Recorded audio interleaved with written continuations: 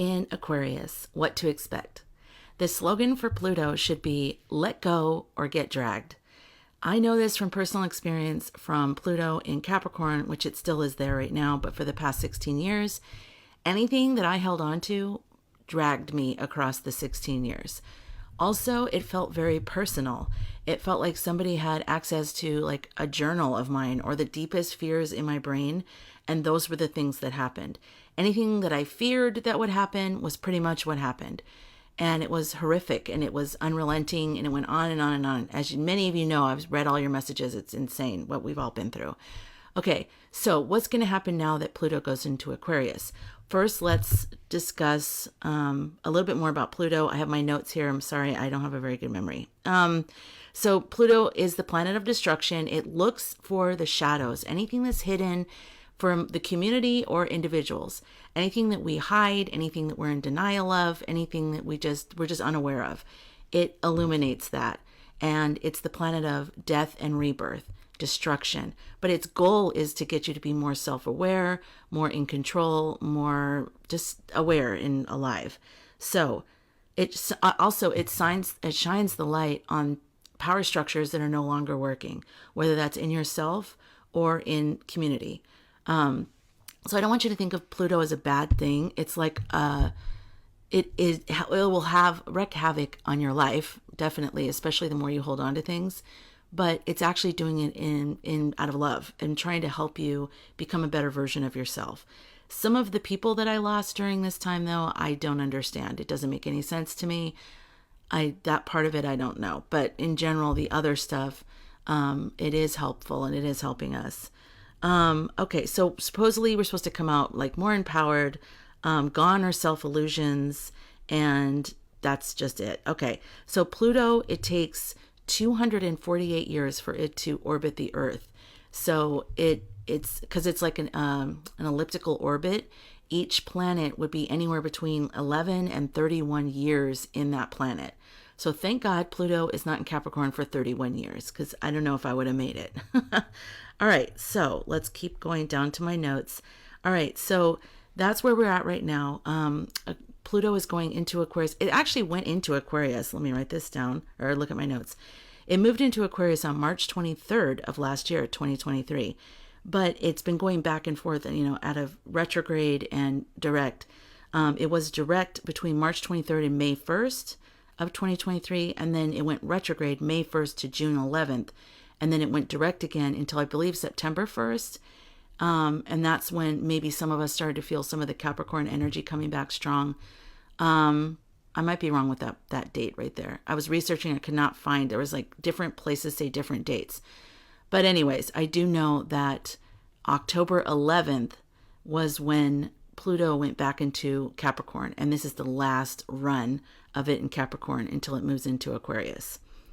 So I saw somewhere that someone said the transformation of Pluto in Capricorn is like from the top down, and in Aquarius it's from the bottom up.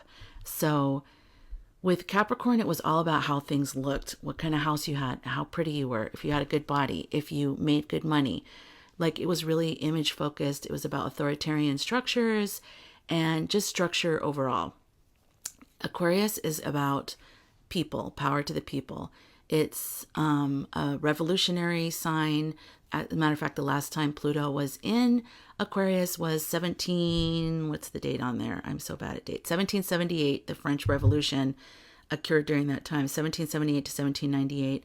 So it's a very transformational planet. It's very rebellious, but it's also about the individual.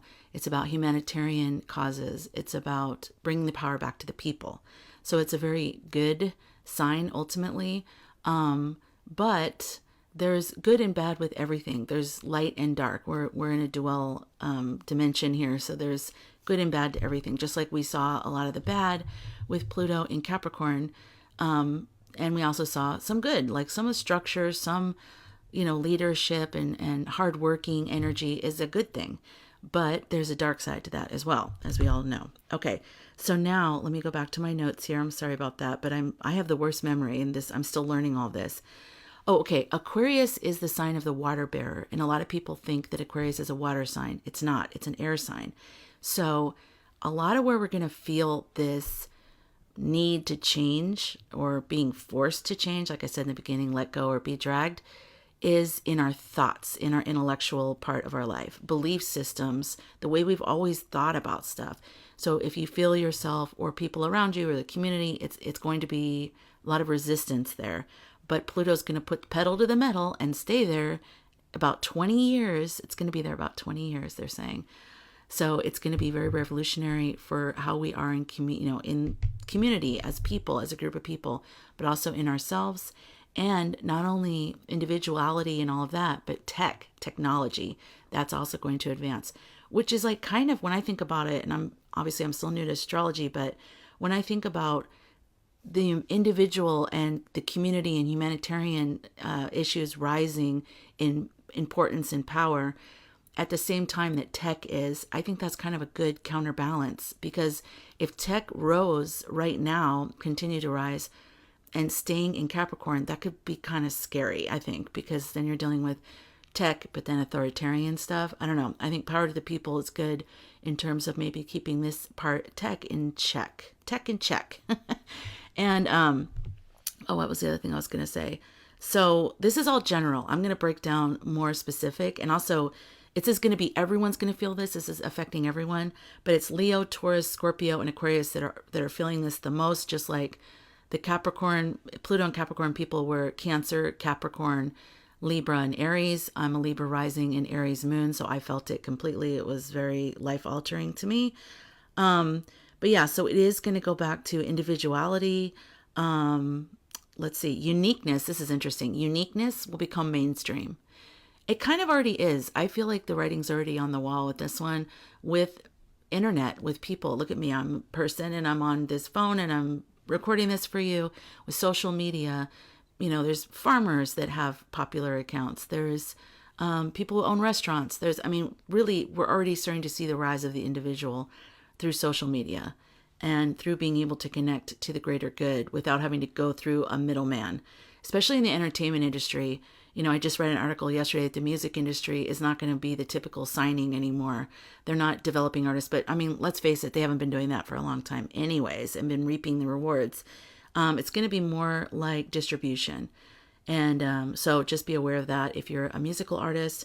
But all those big companies are changing their structures. It's more power to the people. It's more about social media and connecting with people to people, not people through authoritarian structures.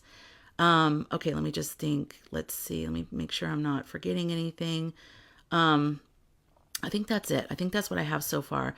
Communal and tech revolution through unconventional means. So the attention is being turned back to the greater humanity or community, humanitarian energies, authenticity, and caring for the whole. So if you have structures that are in your brain, the way you think about things, about all those kind of topics, this might affect you even more. And I would say, having lived through Capricorn, I'll be like your older sister, just coming along, soothing you. Hello, you're okay. Everything that happens, look at it that it's happening for you and not to you. I know that's hard when it feels personal. And I know when your whole life is falling apart, that's your ego. Your ego is falling apart, and that feels like a death, because it is kind of like a death. It's a death of the ego. But that's just things that you built since you were born, of who you are. That's how you built your personality. That part can be broken away and you still have yourself. I know, because I lost every single thing and I still had my breath. I still had my connection to my spirituality. So they can take everything from you in the world and you still have you. So hold on to that. Learn from every single thing that's happening. Try to let go. Try not to hold on tighter when something's, challenging you there. Try to let go and see what happens. And just trust that you're being guided and everything is happening for you, not to you. Let me know what your rising sign, your sun sign, and your moon. Do sun, rising, moon in the comments, and I will address individual placements next.